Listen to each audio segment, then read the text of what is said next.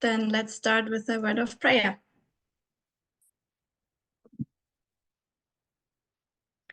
Dear God, I ask you for guidance during the study. Help me to present and help us all to understand what you want to teach us. Help us to find clarity on our questions and to find unity in the movement regarding this important topic of the Sunday law. Be with us and give us wisdom and understanding. We thank you in Jesus' name. Amen.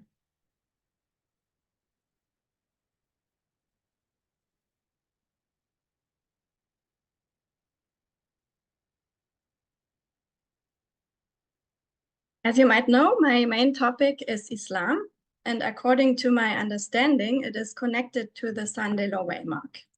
I believe that the institution of the USA commits a sin at the National Sunday Law waymark.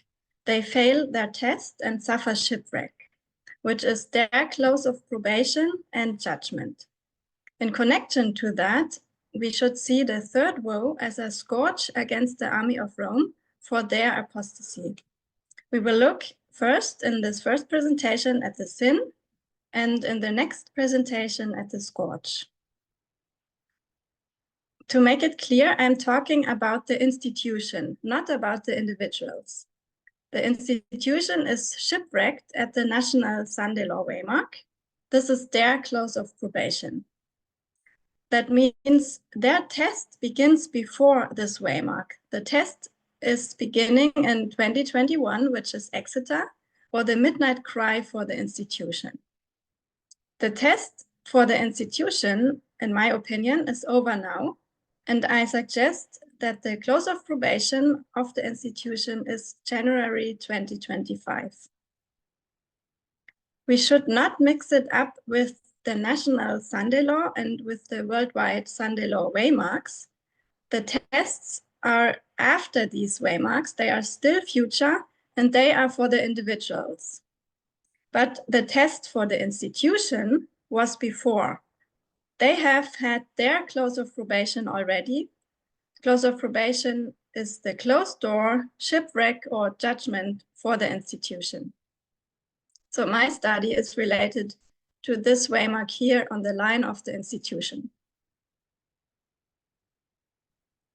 I believe that the waymarks are whole years. Depending on the story, there are different dates within that year. The third woe should be seen in the year of shipwreck of the institution as a scourge for their apostasy, for their failure, for not passing the test. I think the problem that people have with seeing Islam at the Sunday law is that neither the Bible nor Ellen White do give us any information about the third woe. We don't have any of our familiar lines that show an event at the Sunday law. It's like hidden truth. But what we see, but we have Acts 27, and I believe we have to combine it with Acts 28. We see the east wind not only at 9/11, but also at the Sunday law. It will empower the second and third angels' messages and confirm the method once again. What I wanted to show with my application of Acts 27 at the International Camp Meeting was that we see the same symbols at 9/11 and at the Sunday law. We see symbols of judgment. I think many people could not see this application to be correct because Elder Tess made a different application of this line already. I don't reject Elder Tess' application, neither do I believe that I contradict her. So she placed the third ship of Acts 27, of Acts 28, between close of probation and the second advent. She placed it here. She combines both ships of Alexandria as a progressive line. But she said that in our current dispensation, which was 2021 when she made that presentation, she said we won't have a clear understanding of how the dispensation between close of probation and second advent will look like.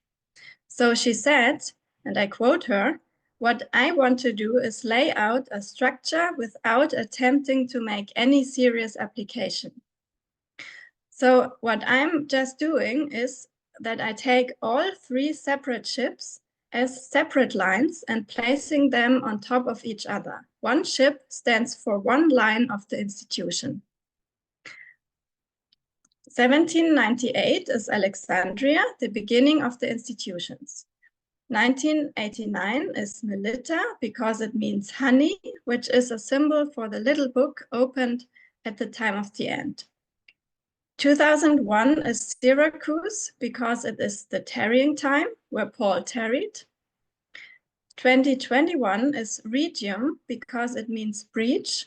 And I believe that this is a symbol for January 6, 2021, when the democratic institution was damaged. In Acts 27, this is the moment when the ship almost shipwrecked, but then they cast 4 anchors and were therefore able to delay the shipwreck. On January 6, 2021, democracy was almost overturned. Trump and his followers did not accept that they had lost the election and wanted Vice President Mike Pence to not certify the election outcome, to go against the votes of the people, to silence the voice of the people. It was a coup attempt. At that moment, the institution was strong enough to survive, but it received first breaches. That's why I would mark Regium, which means breach, at 2021. Elder Tess said in 2022 that January 6 is part of the Exeter Waymark of 2021 on the line of the 144,000. She said that we have to see January 6 as a prophetically significant event, that it has the same notoriety as 9/11. In different ways, both finally and fundamentally changed the US. What has made January 6 significant are what Donald Trump, the Republican Party, and the states since January 6 have done with that event and with voting rights. January 6 provides a window in America's future because of what has been done with it since. So 4 years later, on the day, on January 6, 2025, the person that almost destroyed democracy on January 6, 2021, was certified to be president again. On January 20, 2025, the first days when he was in office, he pardoned the rioters of January 6, and he began purging the FBI and other federal services from all who investigated against him because of January 6. So 2021 and 2025 is bookended. It is the history reversed. As Elder Tess had said, January 6 was a window into the future. It was Exeter. It's a whole story that can be traced until the climax in January 2025. Because of January 6, there was an impeachment, several lawsuits, and a Supreme Court decision. Despite of all what he did, he was allowed to run as president again. He was nominated by his party. The party should have been the gatekeeper to keep extremists out, but they voted him in at the RNC in July. Then there was the election, then the Electoral College meeting in December, and finally the certification in January. None of these democratic processes that should actually prevent an extremist to come to power worked. He came through all of these gatekeepers. The certification would have been the final moment when objections could have been made, but when Kamala Harris certified him without any objection by the Congress, it was done. On January 20, on day 1, as he promised, he immediately began his work acting like a dictator. issuing a flood of undemocratic, unequal decrees and flooding the zone.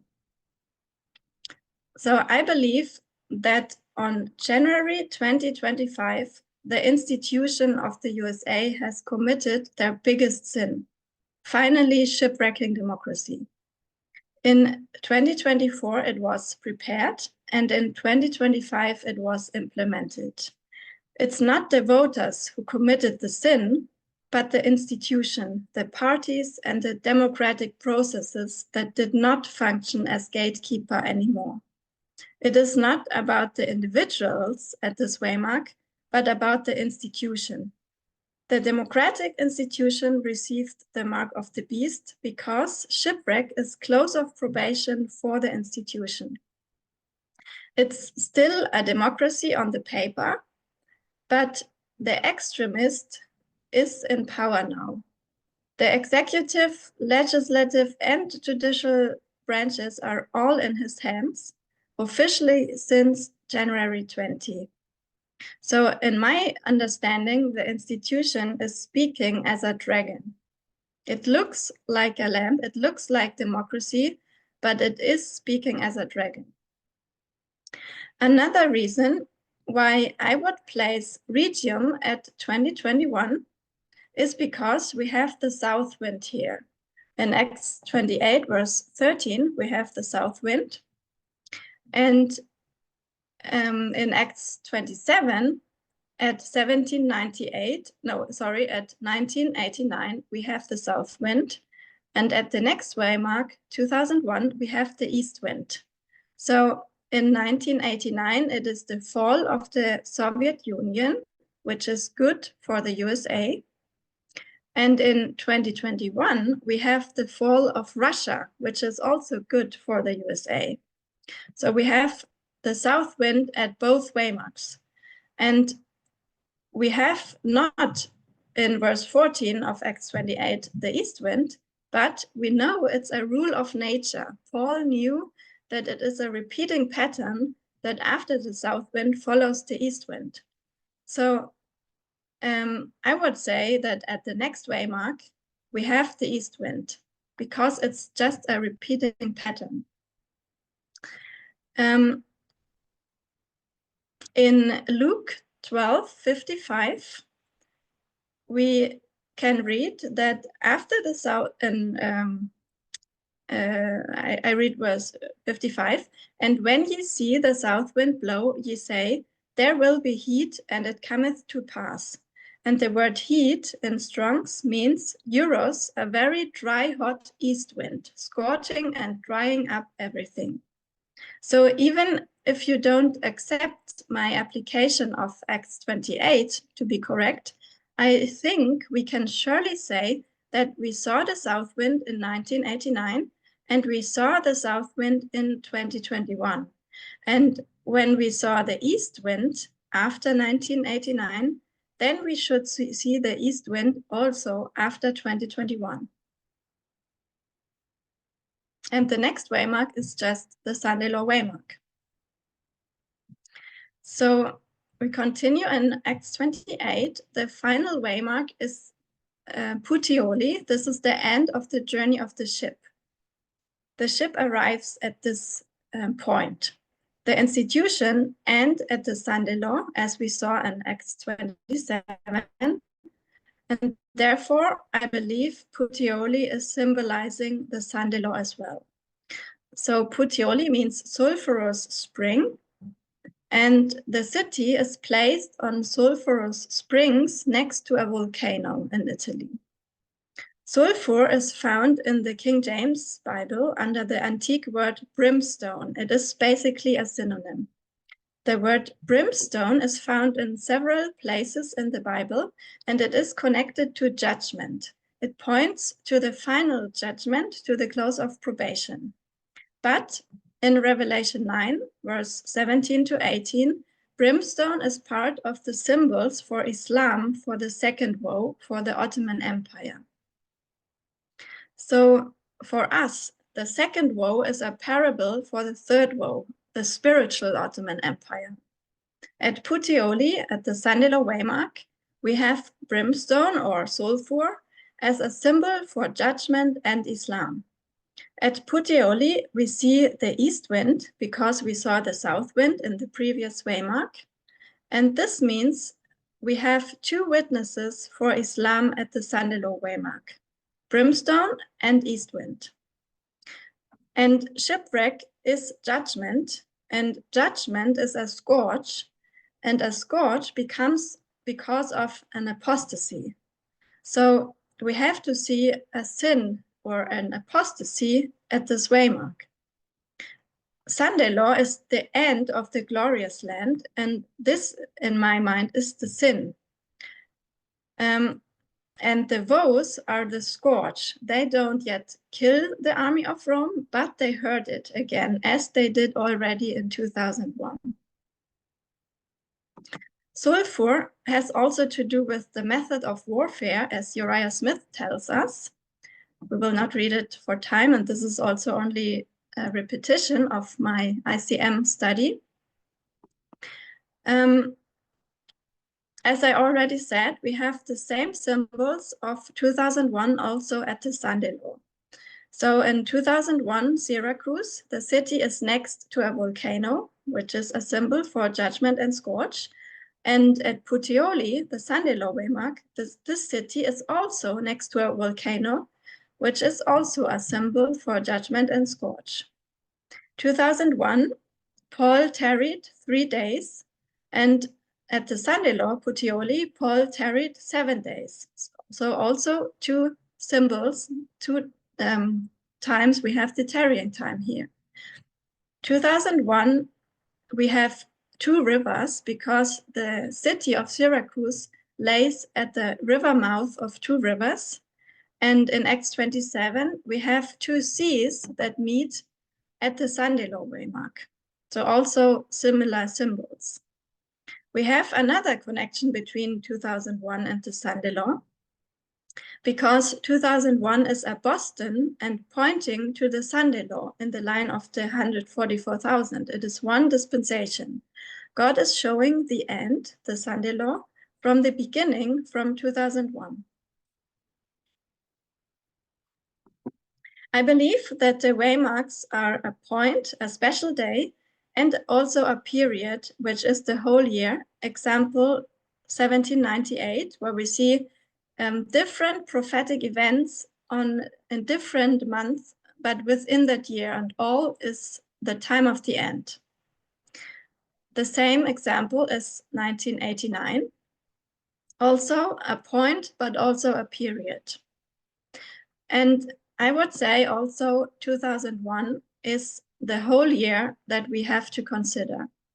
To understand this year, I would like to recommend to watch the first 10 minutes of Michael Moore's documentary Fahrenheit 9/11.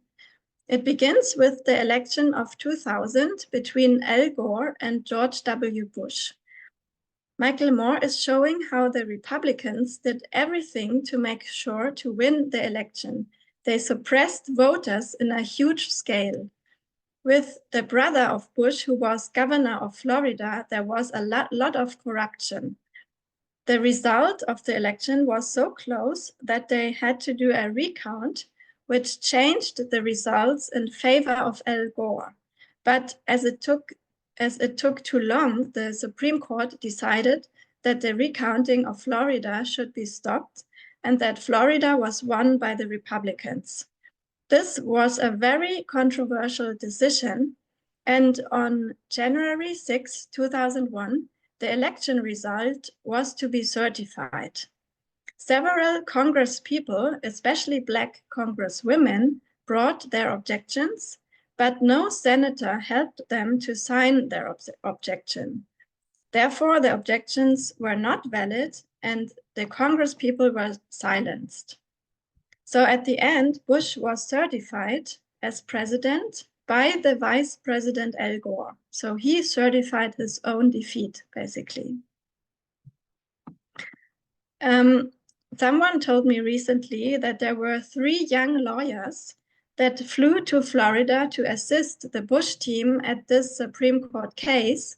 And these young lawyers were Amy Coney Barrett, John Roberts, and Brett Kavanaugh. And we know all of them are sitting in the Supreme Court today, which is another nice connection between 2001 and today. January 6, 2001 was a crucial day for the institution of the USA. They certified someone as president who did not rightfully win the election, as Michael Moore portrays it. Other people did extensive researches about this election and came to the same conclusion. For example, also an investigative journalist who is called Greg Palast, he did a great documentary about the history of voter suppression, and there it is also shown that the election of 2000 was definitely not fair and free. You can do your own research on this. Many people protested at the inauguration day because they felt that their voices had not been heard, and it is just all about voting. This is the most fundamental principle of democracy, letting the people decide who they want as their representatives. George W. Bush, in his first month in office, did a bad job, and he did not have much support. The country was very divided, and Bush had very low approval ratings. But then, a few months later, happened 9/11. After 9/11, it changed completely. The book, How Democracies Die, explains very good what a demagogue needs in order to consolidate his power. A national emergency as justification for anti-democratic measures. I read here only part of this quote. Crises are hard to predict, but their political consequences are not. They facilitate the concentration and very often abuse of power. Wars and terrorist attacks produce a rally round the flag effect, in which public support for the government increases, often dramatically. In the aftermath of September 11, President Bush saw his approval ratings soar from 53%, which was very low, to 90%, the highest figure ever recorded by Gallup. So then I read the last sentence. The combination of a would-be authoritarian and a major crisis can therefore be deadly for democracy. So September 11 was really the turning point. It was the worst foreign attack in America. Michael Moore, in his documentary Fahrenheit 9/11, shows first the controversial election and the certification of George Bush, as I already have described it, and then he shows 9/11. It really looks like cause and effect as he portrays it. We could also say sin and scourge. At the certification of George Bush, the institution committed a big sin. I really recommend to rewatch the first 10 minutes of this documentary. 9/11 was the east wind hitting the ship of the institution. Why? Because the east wind is a scourge, and a scourge becomes of a sin. There must have been a sin before September 2001, and I believe it is the sin that is exposed in Fahrenheit 9/11. It's the sin of damaging democracy in January 2001. Bringing a president to power in an unfair election and without the clear majority of the voters. God uses the votes as a tool to punish Rome for their iniquities.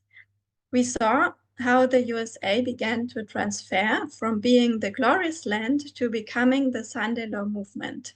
It began in 1979 with the Moral Majority, the Heritage Foundation, with Reagan, with George W. Bush. In my understanding, democracy gets overturned when the voices of the people are silenced. In other words, voter suppression. Then it is not we the people anymore. Then it is not the glorious land anymore. So the history of the voting rights should not be new to us. there had been already several studies done in the movement. For example, I want to read a quote of Justice Hugo Black, who said in 1964, "No right is more precious in a free country than that of having a voice in the election of those who make the laws under which as good citizens we must live. Other rights, even the most basic, are illusory if the right of vote is undermined." The right to vote is undermined. So the right to vote is the most precious thing in a free country. Justice Earl Warren said in 1964, "The right to vote freely for the candidate of one's choice is of the essence of a democratic society, and any restrictions on that right strike at the heart of representative government. Undoubtedly, the right of suffrage is a fundamental matter in a free and democratic society." So the free and fair election is a fundamental matter in a democracy. And what is so important to note is that the Republicans clearly don't want everybody to vote. They also admit this. Paul Weyrich said, he is the leader of the Heritage Foundation, and he said in 1980, "Wake up, folks. The campaign against democracy continues." This is an article which you can read. And he said, "Now many of our Christians have what I call the Gugu syndrome, good government. They want everybody to vote. I don't not want everybody to vote.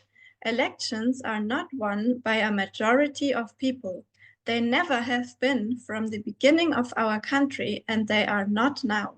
As a matter of fact," he continued, "our leverage in the elections quite candidly goes up as the voting populace goes down." Weyrich's idea continues to animate the GOP today. So I want to repeat this last sentence. As a matter of fact, he said, "Our leverage in the elections quite candidly goes up as the voting populace goes down." So he does not want everybody to vote because he knows the Republicans would not win any election if anybody could vote. Peter Thiel said that we should not have women voting because they overwhelmingly vote for Democrats. Donald Trump was very open about what he was doing. He said that if you make it easier to vote, a Republican would never be elected again.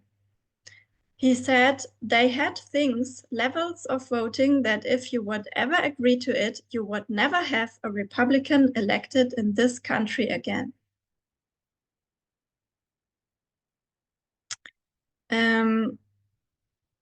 Just read the last sentence here. This is from David Frum, who was a speech writer of George W. Bush.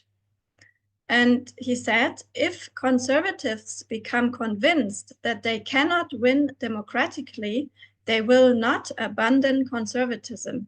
They will reject democracy." I think that this shows very clearly the intention of the Republicans. In a dictatorship, it's a minority that is ruling over the majority. They even don't want the votes. They don't want to be voted by the people because then they can be voted out again. Then they depend on the will of the people. Across the USA, Republican lawmakers have introduced hundreds of bills in many states to restrict voter access. The Republican Party has no interest in appealing to a majority of Americans. Instead, they are doubling down on anti-democratic tactics so they can get a minority of votes, but have a majority of power. So we have seen in the last years the biggest rollback on voting rights in decades. And it's extremely shocking to read how especially votes of women are suppressed in the last years. Now, back to the election of 2001. In my understanding of all of this, George W. Bush and the Republicans cheated themselves to power before and after this controversial election of 2000. This was their biggest sin, and at the certification of 2001, this sin was finally manifested. If we had more time, we could go through all the details and numbers. The most precious right in a free country is having a voice in the election. So it all begins by suppressing the votes of the people. Voting is having a voice. Everybody should have a voice. Everybody should be able to vote freely without any obstacle. And finally, every voice should be counted. Otherwise, it would not be equal, but patriarchal. This means for me pretending to be a lamb, a democracy, equality, but speaking as a dragon, which is dictatorship and patriarchy. You can read in Great Controversy, page 442 and 43, what Ellen White says about the lamb-like horns and the dragon voice. And I will not read it for time, but I think it makes it quite clear. The sin is controlling the consciences of the people. And I would interpret this as not letting them choose whom they want as their representatives, which is, in other words, suppressing the votes and ruling over them against their will. There is a book of Daniel Ziblatt and Levitsky, and it is called The Tyranny of the Minority. And I think the Republicans are the minority that are ruling over the majority now. As already explained, we had an election in 2000 that was not free and fair. And we had the election of 2016, which was also not free and fair. Hillary Clinton had won the popular vote, and she would have won also the presidency if there was not Russian interference. So we had the election of 2021, which was also not free and fair. Biden won, but nevertheless, there was cheating by the Republicans. This is why Trump did not believe the results and wanted to find the votes, as he said. It is not a conspiracy that they had problems with the votes counting computers and with the software. And there was definitely voter suppression. But the cheating was on the side of the Republicans and not on the side of the Democrats. The Republicans just failed and did not win the presidency at the end. That's why they tried to overturn the election result on January 6, 2021, which was the latest moment to not certify a president into power. The Republicans issued hundreds of laws that made it more difficult for minorities to vote. Why should they do this if they would win fairly and freely anyway? So I know we are in the Sunday law, and I know the world is sexist and patriarchy is ruling. I know that a woman could have never won the election at the Sunday law, but it's not because she does not get votes, but it's because the whole system is corrupted. The Republicans will never let a woman into power. It's the test of the institution, but not of the people, not of the voters. It's the institution that fails the test. And the test for the voters, for the people and the individuals comes later. This comes in the period of the loud cry, but it's not yet. Now we come to the election of 2024. The election of November 5 was exceptional because the results were so quickly published. It was such a clear win for Trump. He won 100% of the swing states. He won also clearly the popular vote. The Democrats and the media all agreed that it was a fair and free election. It looked like the people clearly wanted Trump and Harris had no chance. It looked like democracy was strong. In the movement, many said, yes, that's what we expected. At the Sunday law, the majority will vote for a man for Trump. A woman can never win this election. But to be honest with you, I don't believe that this is true. The Republicans win by cheating. We have examples from history. We know the hundreds of voter suppression laws. We know gerrymandering. We know how the Republicans manipulate and cheat. We know Project 2025 and their mandate for leadership. They took all precautions to guarantee that this election will be won. There are many reports and documentaries about especially Blacks and other groups such as blue female students that vote normally for the Democrats, and they are being suppressed from voting, and it got worse in the last years. The definition of a free and fair election from Wikipedia is: a free and fair election is defined as an election in which coercion is comparatively uncommon. A free and fair election involves political freedoms and fair processes leading up to the vote, a fair count of eligible voters who cast a ballot, a lack of electoral fraud or voter suppression, and acceptance of election results by all parties. So just with all the voter suppression laws, how can everybody say the election was fair when it even does not comply the definition of a fair and free election? When we look at the life and character of Trump, he wins by cheating all his life. Why should he win the biggest thing in his life by being fair and honest? It just can't be the case.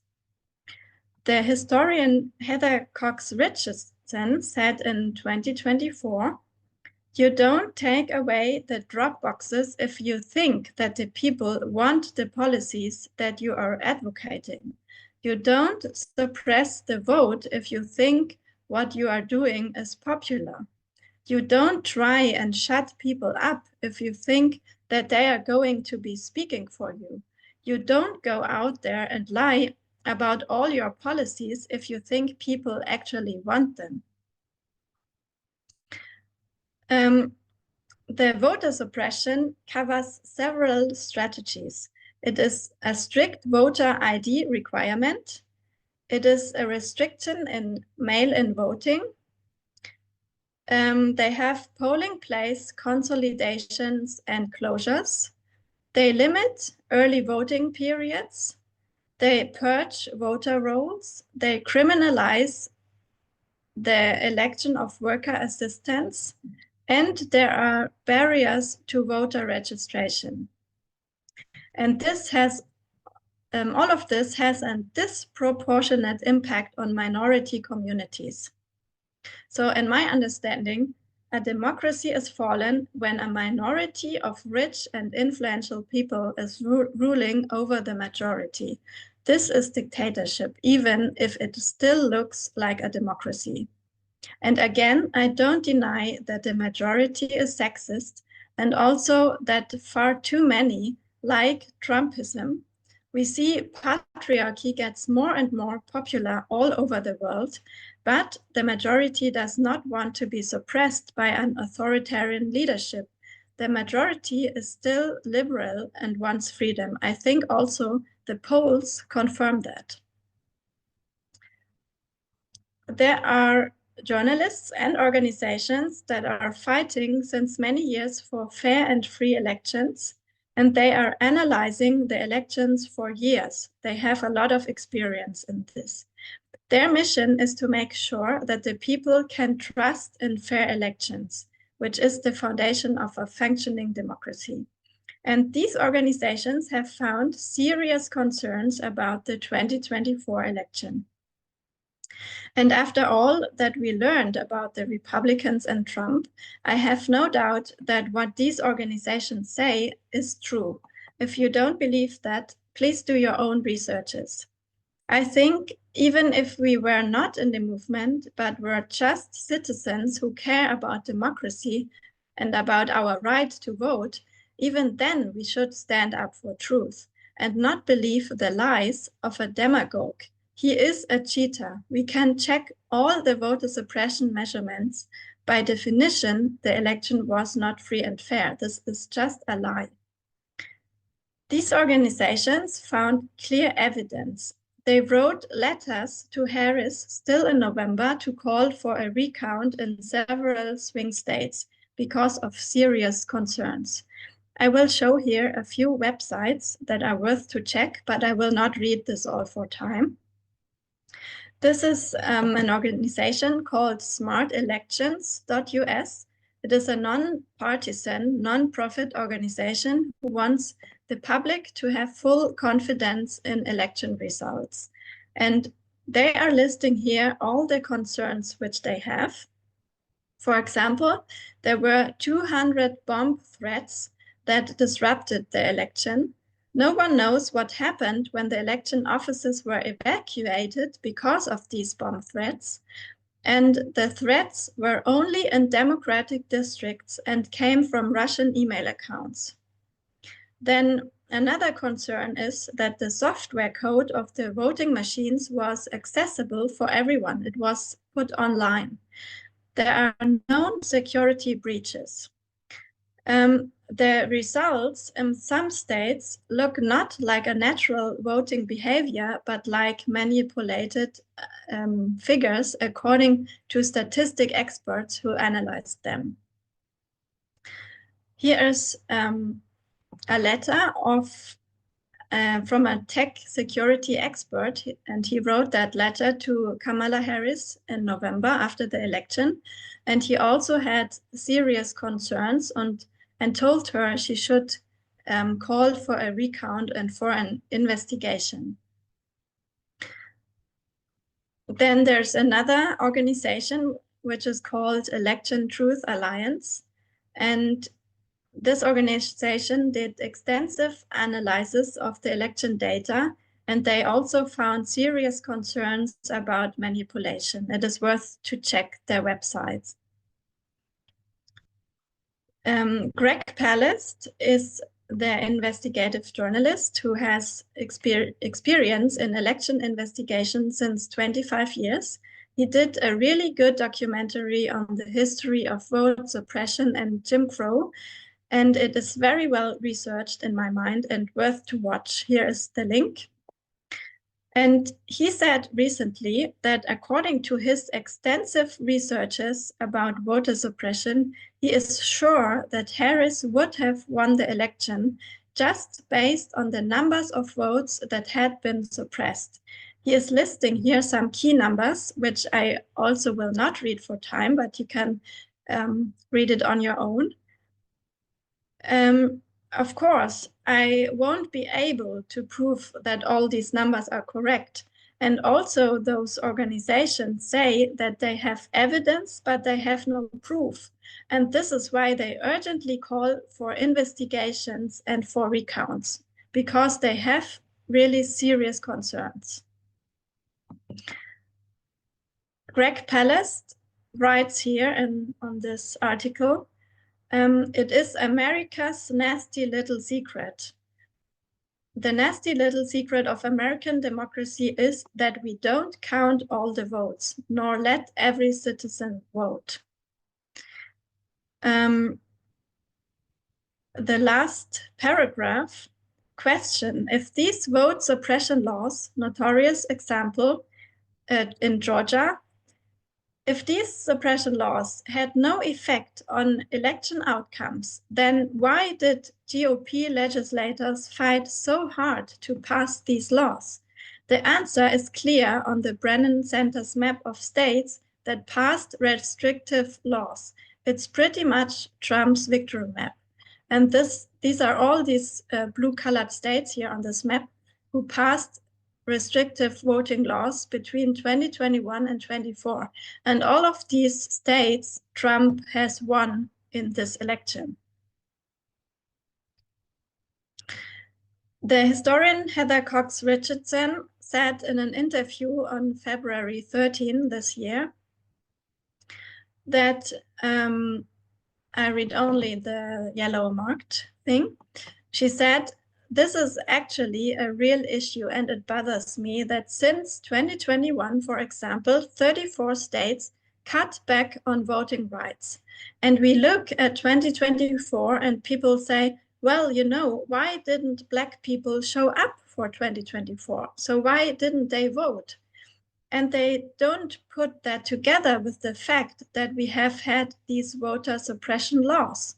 And then she is also talking about the 2000 election, that also we had big voter suppression during this election.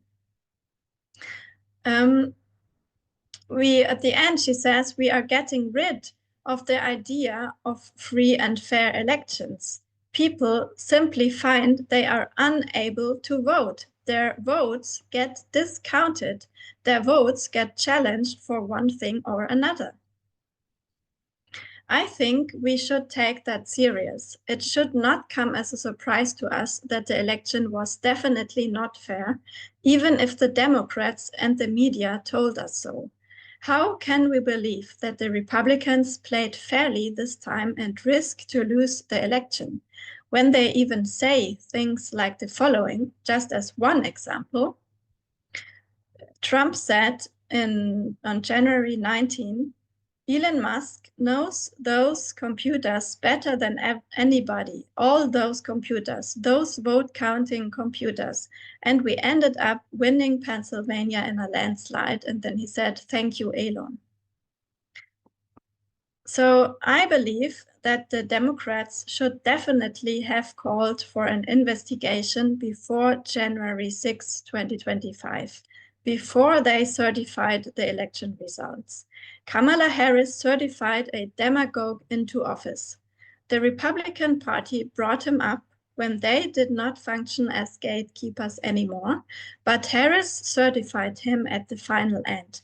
And at the end, the Democrats did not fight anymore. They surrendered to their fate and to the fate of the citizens. With that, in my mind, democracy was finally shipwrecked, even though it still looks like a democracy. I know it's not comparable to a real dictatorship like North Korea, for example, but it's also no functioning democracy anymore. The different gatekeepers did not prevent an extremist coming to power. I believe shipwreck is January 6 or 2025. Both dates are directly connected.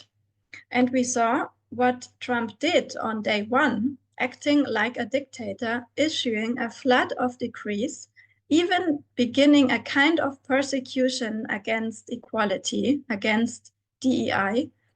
Therefore, I believe 2025 is the year of the Sunday Law. This year is the beginning of the Sunday Law period. The Democrats were not able to say the election was rigged because they would have repeated his lie from 2020 or 2021. They assured back then that the vote counting systems worked well. So they could not admit now that there are definitely security breaches and that this should be investigated. Trump made it so clever.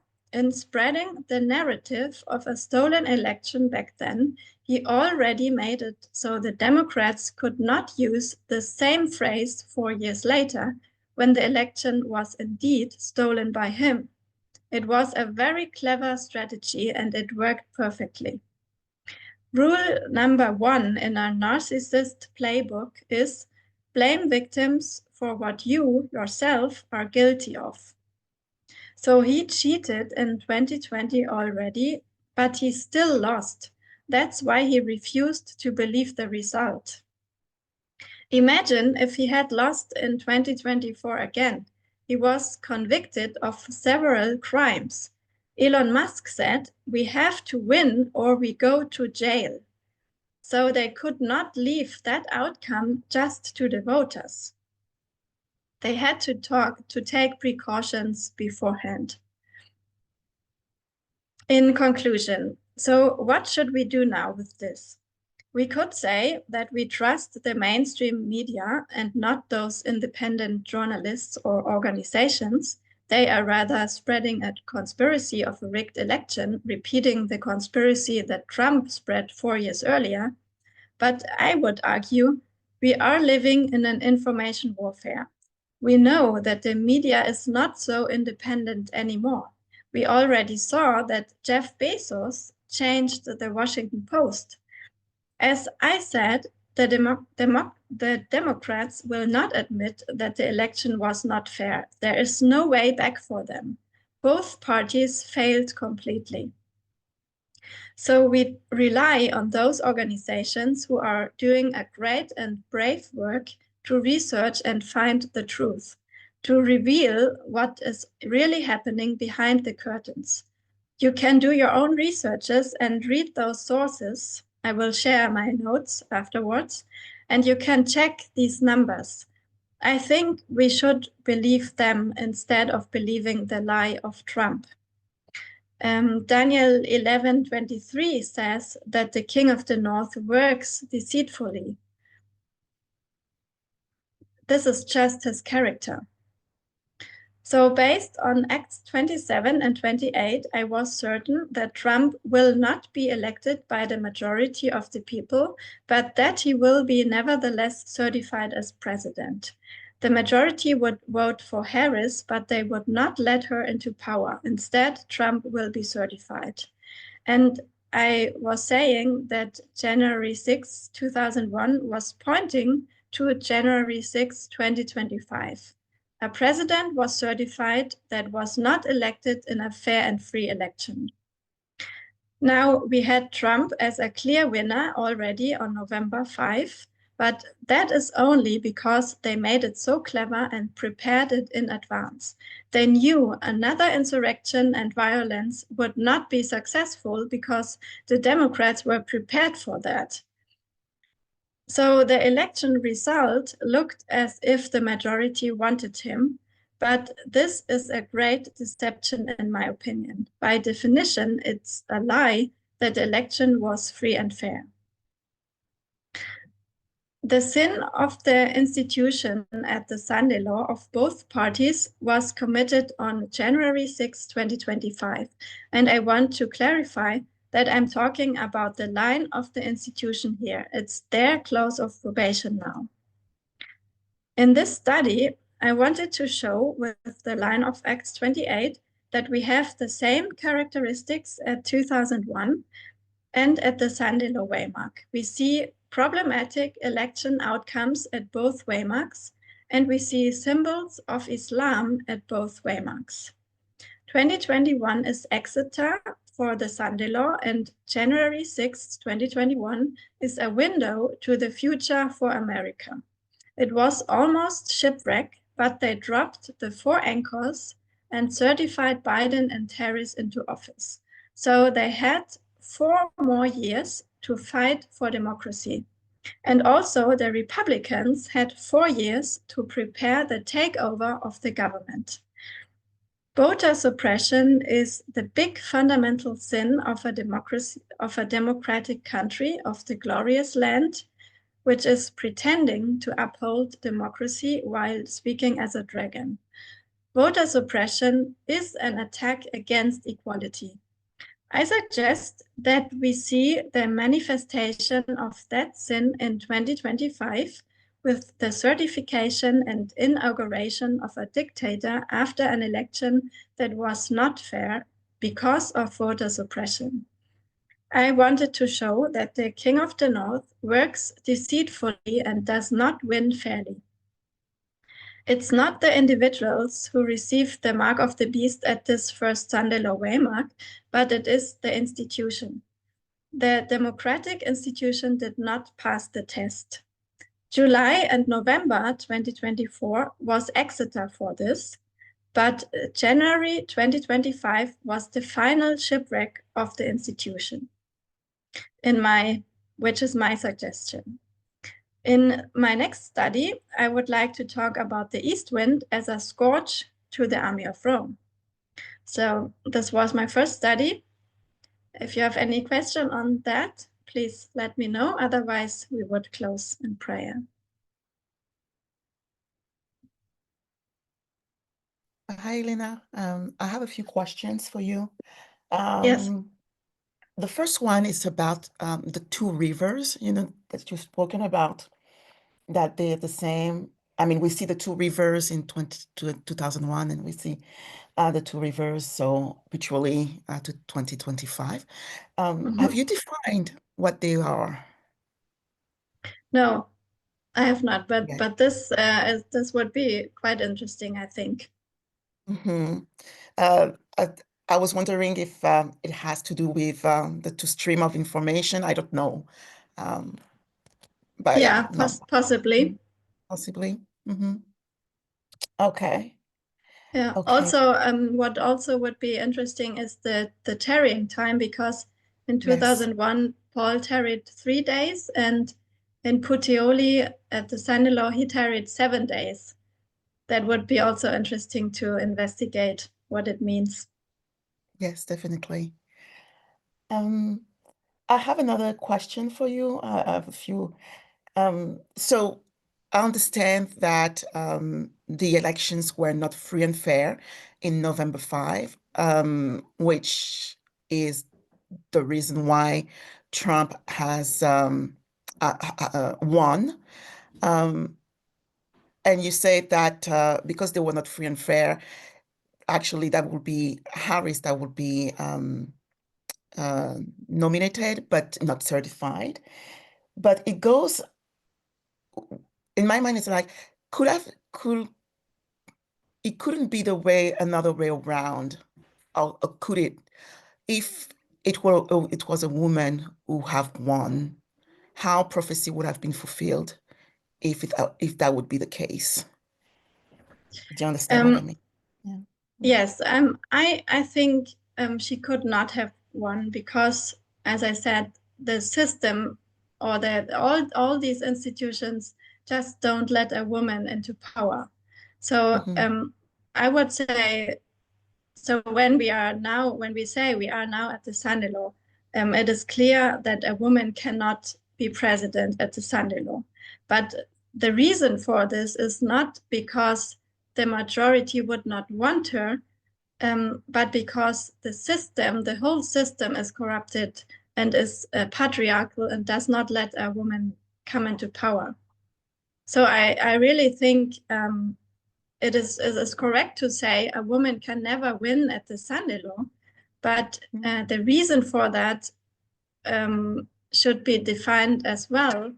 It shouldn't. The reason in my understanding, is not that the majority vote for a man, but that it is rigged and the Republicans have cheated, because it's not the test for the individuals. It's not the voting.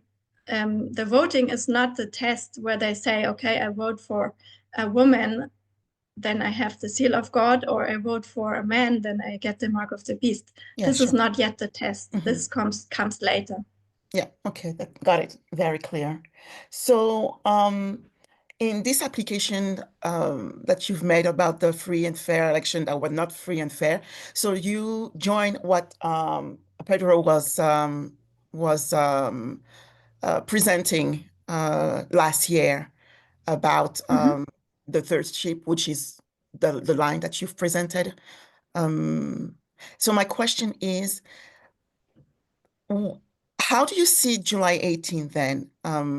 What does it represent, or does it have any weight in that line, or do you place it somewhere else, or do you place it nowhere? Yeah, just want to know how you see July 18th. I'm not sure about where exactly to place it. I know it is definitely an important day. I would Mhm. mark the whole year of 2024 as Exeter in the fractal from 2021 to 2025. I would mark 2024 as Exeter, definitely belong to this date as important events. Um, we have seen in July, Trump was crowned by the Republican Party, and this was a failure of the Conservative Party, who was stretching out their hand to fascism or extremism, and they should have been the gatekeepers. So it was definitely an important event. Yes, but in my mind, it belongs to Exeter. It belongs to the like the prophecy or the visible sign of the coming event, or the mini version of the Sunday law. So if we look at your line, like just there, you have 2021 Exeter already. Mm-hmm. So you place another Exeter in between 2021 and 2025, right? Yeah, I would, in the line of the institution, I think, I'm not sure if we can place another Exeter, because 2021 is the Exeter. But we have, of course, we have Waymark in between, which is the 273. So we have also in between some little, or two or one little Waymark. I cannot explain this yet. But in my next study, when I talk about Islam, I will place it also on the structure of Boston, Concord, Exeter. And there I definitely see an Exeter in between, in the fractal line from 2021 to 2025. Maybe it will get clearer then after the next presentation. Okay, yes, certainly. But to make clear for the ship, Exeter is 2021. Okay. Okay, sounds good. And you mentioned Pedro's study, and I think this study also really should be investigated again, because an important part from my study is based on his study. And I think he was right when he said before the election that Harris would win, but Trump will be certified. So I really think that this was a correct prediction, as I understand it, and we should look into this again. Yeah, definitely. Well, thank you so much. I don't know if anybody else has questions for Elena. I could have a question. Go ahead, Trevor. Yes, please. You had a map there with the east wind and south wind, and I would just like you to kind of define what the south wind is and where it, I mean, how it's blowing upon whatever party it's blowing upon, if that makes sense. The south wind is just, as Elder Tess explained it, or as also the story of Acts 27 says, it is favorable for the ship. So when the ship is the institution of the USA, the south wind is something that is good for the USA in their power, in their rise to power. So in 1989, the fall of the Soviet Union was good, because then the USA was the only remaining superpower. So it was good for their power. And in 2021, it was the same, because in between the Russia, the king of the South, was rising again. And the USA was not the only superpower anymore. But in 2021, Russia began to fall, and we see that the USA is rising again to be the only superpower. So it is again favorable for the institution of the USA. And we're talking 2021 being like when they were losing a lot of those spheres of influence? Yes. And when okay. Here the study of Arjan comes into play, which he's explaining the story of of the king of the north versus the king of the south in the dispensation. I'm sorry. Am I the only one? Yeah, I cannot explain it. 21 is the beginning of the fall. Can you repeat Can a you little still hear me? Elena? Can you repeat? I think it was lagging a little bit, so we didn't hear Okay. the whole Okay, sorry. everything you said. Okay, yeah, I was just saying that regarding the fall of the King of the South in 2021, I think the study of Aryan, which he is sharing now, is helpful because he explains how he sees the fall in 2021 of Russia. Okay, thank you. That's great. You're welcome. Anybody else have questions for Elena? Katja, yes, I have one related to what Katja was saying, Elena. The election being, pardon me, being corrupt. Two thoughts on that. Isn't the very thought of, believing, maintaining that the election was fraudulent, feeding the very idea that democracy doesn't work, that you can't trust anything, et cetera, which certainly has become more prevalent just generally within the populace of places even beyond the United States. But do you understand? Did I word it all right that you understand?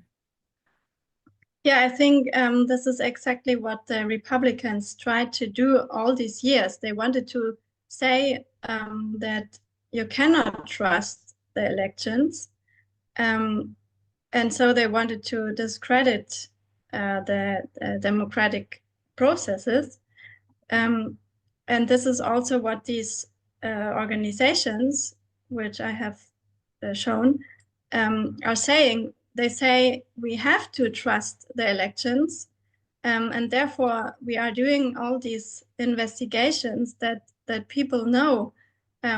We see what happens in the background, and we call for investigation. That again, the people can trust again in their elections.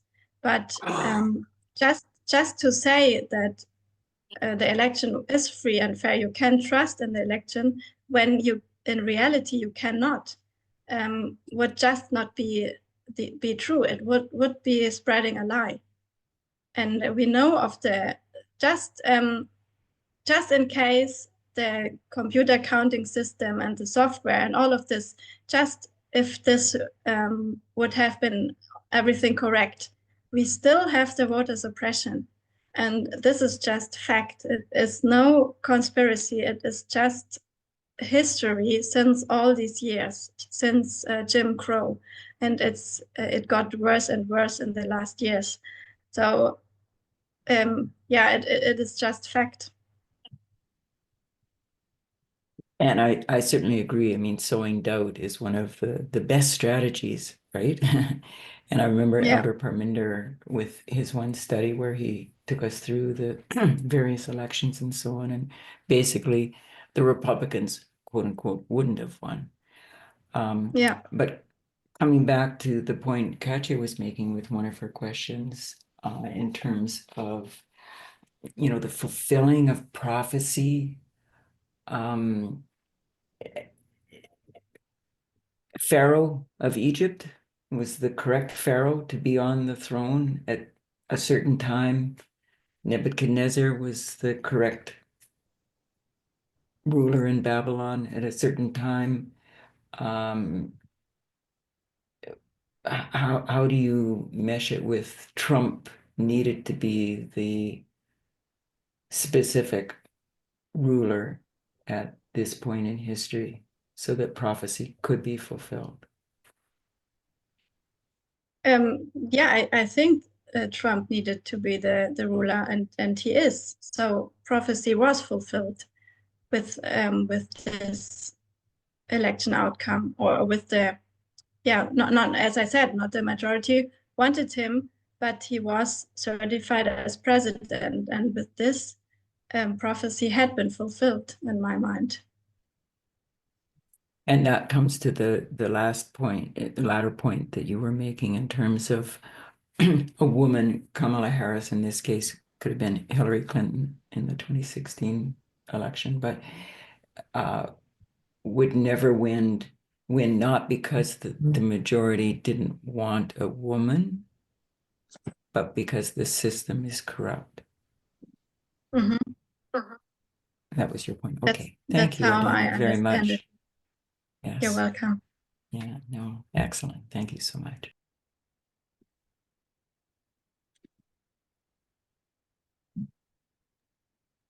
Any other question? Yeah, I just want to ask the third war. Like we all know that 2001 was the second war, and those years back we preached that like 2001 was the beginning of the judgment of the living. And I don't know, like third war, is it going to be the same? Like, is it going to be the judgment, and or is it going to be Michael is going to stand up? Because we all know that Christ was entering to the most glorious land, most glorious holy place. Let me say it like that. So, and how are you going to actually separate that from? Because we know that 2001 was the judgment of the living, and if the third war is going to fall again, so is it going to be the judgment of those who are going to take the mark of the beast, or how are you going to? Because in my mind, I can maybe say that like is going to be the close of probation. Michael is going to stand up if the third war is going to happen at our time. So I don't know for you. I think that Michael will stand up here at the close of probation at this waymark here, and not here at this waymark. So I think when we see here the third woe again, it is not yet the dead of the King of the North. It is just another hurting. It's like 2001. It's hurting, but not killing.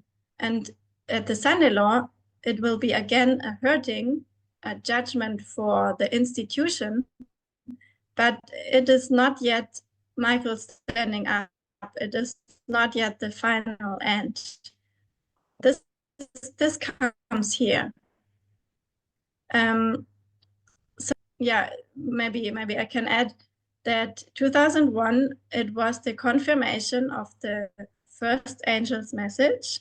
So the event of 9/11 confirmed the first angel, and it was also an arrival of the second and third angel. And at the Sunday law waymark here, we know that the second and third angel will be confirmed. So there must be something, there must happen some event, as in 2001, that will confirm the second and third angel's message, and give power to it, and then it can swell to a loud cry. And also with the judgment, this goes hand in hand with the angel's messages. So at 2001, the third angel begins, but is not yet confirmed. And at the Sunday law, which I would mark in 2025, the third angel is confirmed through an event. Okay. Thank you. You're welcome. Do you Do you wait. believe, Elena, that that event would have something to do with Islam?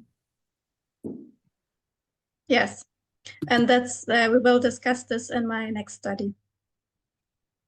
Thank you. Thank you, Elena. I think you can close with prayer so that we are not too much over time. And then we'll take a little break until your next presentation. Okay, let's pray.